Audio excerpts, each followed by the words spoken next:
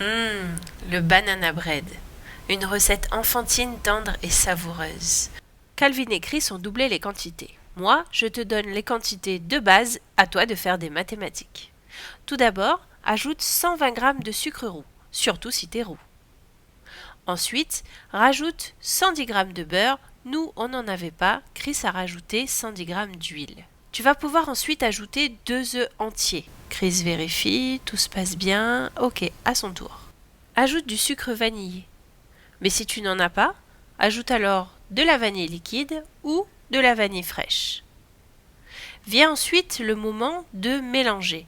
Nous, on le fait avec le Thermomix. N'hésite pas à le faire tout simplement avec un batteur. C'est exactement la même chose. On avait beaucoup de bananes. C'est pour cette raison qu'on a décidé de faire un banana bread. Surtout quand elles sont bien mûres. C'est excellent. Tu vas donc pouvoir éplucher 2 bananes et les intégrer à ta préparation. Si tu cuisines au Thermomix, alors coupe-les seulement. Si tu cuisines sans Thermomix, alors tu vas pouvoir les écraser avant, ça simplifiera la tâche. Remets ensuite un bon coup de batteur ou de fouet du Thermomix. Et si ce n'est pas suffisant, tu as 2 solutions. Soit tu fais comme mes petits cuistots, un coup de spatule et on remet un petit temps le batteur ou le fouet du Thermomix, ou alors tu peux aussi chanter. À toi de voir. Ensuite, rajoute de la farine. Pour être plus précise, tu mets 210 g de farine de blé. Ensuite intervient la levure chimique. Tu peux ajouter 11 g de levure chimique ou un demi-sachet. Tu as terminé avec tous les mélanges. C'est une recette hyper rapide et simple à faire. Tu vas maintenant pouvoir mixer ou battre encore 20 à 30 secondes pour terminer. Ta pâte doit être onctueuse et bien lisse. On va pouvoir mettre tout ça dans des moules à cake. Mais il va falloir préalablement soit les beurrer, soit les huiler. Il existe aussi un super truc, c'est un spray que tu passes superficiellement et ça te fait ça en 2 secondes. Maman, à la rescousse. Alors, c'est parti, regarde-moi comme cette pâte est lisse et onctueuse. On la mangerait presque avec la spatule. Il va falloir la verser jusqu'à la dernière goutte.